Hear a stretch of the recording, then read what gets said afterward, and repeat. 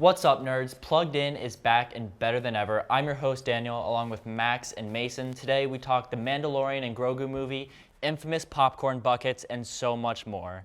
Let's roll that intro.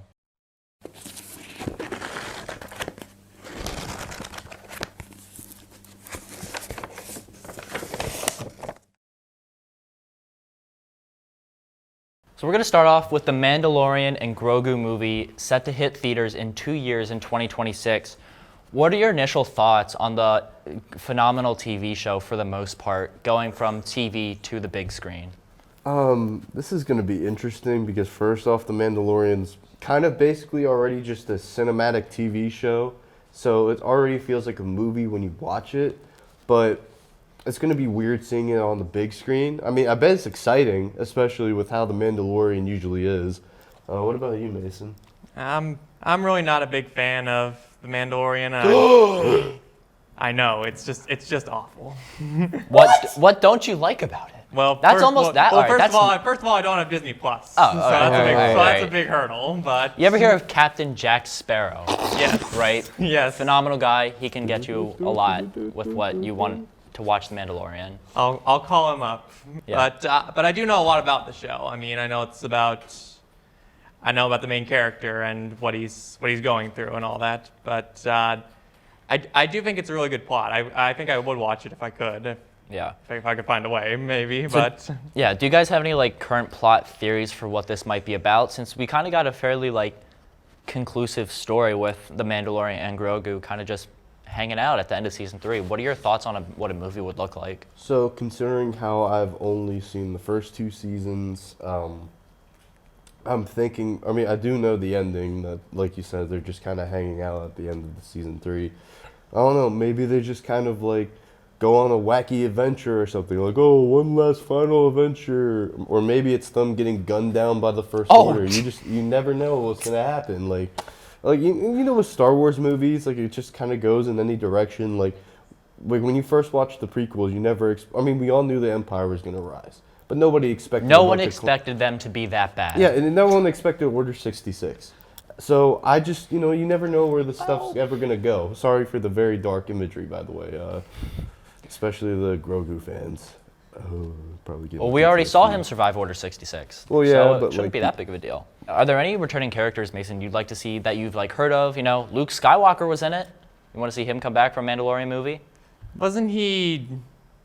Hasn't he been dead for a while? No. Mandalorian happens 5 years after Return of the Jedi. So this is right. So he's very alive and in his prime, kind of where Anakin was in his life when Revenge of the Sith ended, but not chopped up and burnt. Yeah. Oh, okay. Yeah. So in that case, I would like to see him come back. I'm sorry, I have not watched Star Wars in a really long time, I must admit. All right, question for you two, since you haven't seen Star Wars now, going a little off script. What is worse, not catching up with Star Wars or not watching Spider-Man? Oh. Is this a shot at Eric? We're going to bring this up right now. Absolutely. We're going to bring it up. I guess would be not watching Spider-Man, but completely unrelated. But I'm really excited what they're gonna do with this movie. I mean, there's so much untapped potential. This could be either the greatest thing for the series or the absolute worst thing for the series. And go watch Spider-Man if you haven't. You definitely and should watch Star Spider-Man. Wars. What's up with that? Anyways, Dune Part 2 is hitting theaters in a couple of weeks. Any theories on the plot if you haven't read the book at all? I didn't read the book, but I did like the movie. And I mean, I think I know, it's kind of obvious what the plot's going to be. I mean, he's part of the Fremen now, and now he's got to help them, he's got to become one of them, and he's obviously going to help defend them from the Harkonnens invading. Yeah. I'm really excited to see Timothée Chalamet's character really kind of get a massive glow up, I guess you could say, from the first movie. Because obviously in the first movie we got a good start to see what his character was like, and we got glimpses into that, but now we can actually see the prime of this is what Dune is really about. Yeah. Huge cast: Timothée Chalamet, Zendaya, Rebecca Ferguson, Austin Butler, so many more. Anyone you're excited to see in terms of acting wise? I mean, I'm kind of excited to see them all, really. I mean, this this series does have a pretty good cast. I mean, even in the first movie, I wasn't really expecting Jason Momoa Yeah. to be there, but he was there, and he did a pretty good job. Honestly, like as great as this lineup is, I'm not really here. Dune, you don't watch Dune just specifically for the acting. You watch it for the plot because Dune's it's kind of like a sci-fi Game of Thrones in a way, but like if Game of Thrones didn't have a really bad ending. So it's really exciting to see. Like it's when people say, "Oh, peak fiction." They're talking about Dune. Yeah, exactly. They are. Like, this is what people are referring to. Christopher Nolan, one of the greatest directors of all time. If you want to debate me, talk to a wall because it's not going to happen. He compared it to Empire Strikes Back, which is notoriously one of the best Star Wars movies, one of the best movies of all time. And now that brings me to, do you guys think there's too much hype for this movie? Like, can that be a thing for a movie of this magnitude? I think there needs to be more hype. Like, I think, honestly, bro, like, with how big this is, like, in terms of cinema. Like, I'm not just talking movies, I'm talking cinema. Like, when you really, like, think about, like, this in history, Dune Part 2, if it turns out really good, is going to be, like, one of those movies that goes down in history of, like, okay, this was something that defined a whole era of movies, at least within this particular genre. Phenomenal take. Yeah. By Max. I Applaud definitely agree. him. Let's give a brief round of applause for that statement.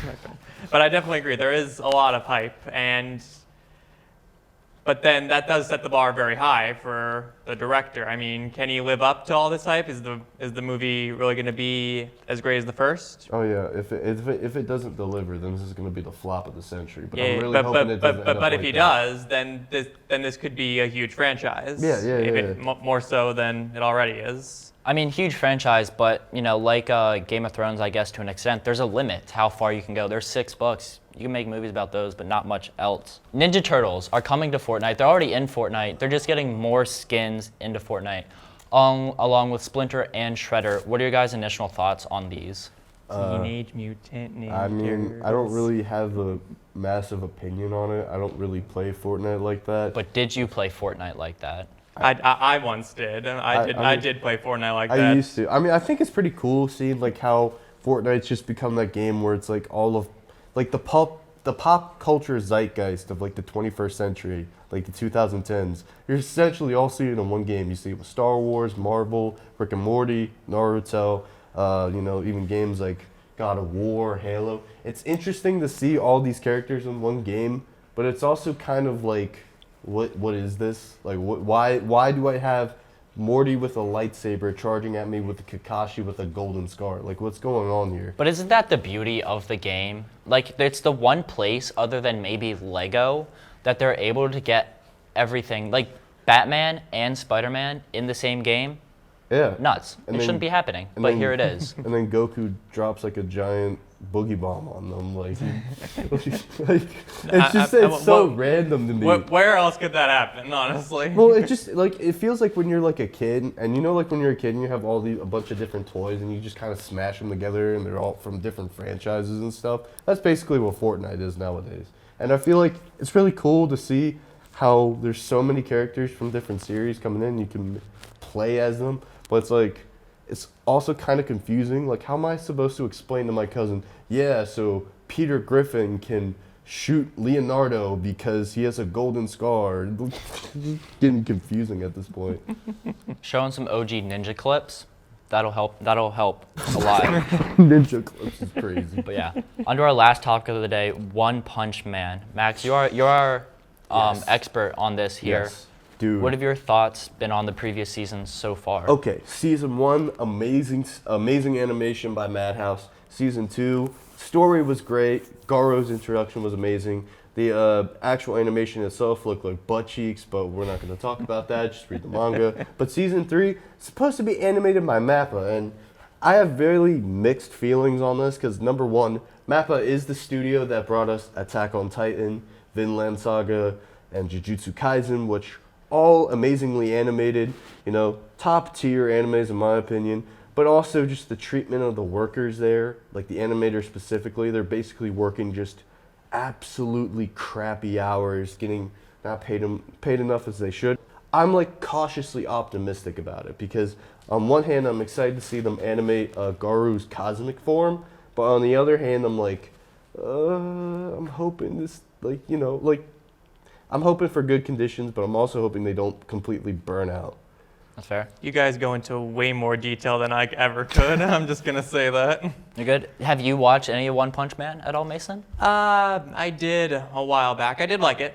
I Yeah. did really like it. I did like the animation, and I do have mixed feelings about Mappa being the new animators of it, because although it's a really great studio, but it's just not known for The having animators the best animators treatment. That's what I'm saying. So, Max, seems like you will be watching the upcoming season. Oh, Mason, heck are you yeah. going to catch up? I'll probably catch up if. That depends on when it comes out, of course. But Max, when does it come out? I think it's supposed to come out either this upcoming fall or next spring, possibly. All right. Well, then I'll adjust accordingly. Yeah, anyways. Upcoming movies. We have Lisa Frankenstein releasing February 9th. Madam Web, February 14th. Can't wait to be the only person in the theater for that because no one's going to see that. Dune, I have mixed feelings about that as well. Dune Part 2, March 1st, but with a fan-exclusive event February 25th. Go see that in IMAX. Love Lies Bleeding, March 8th. And Kung Fu Panda 4, March 8th. Anything you guys are looking forward to?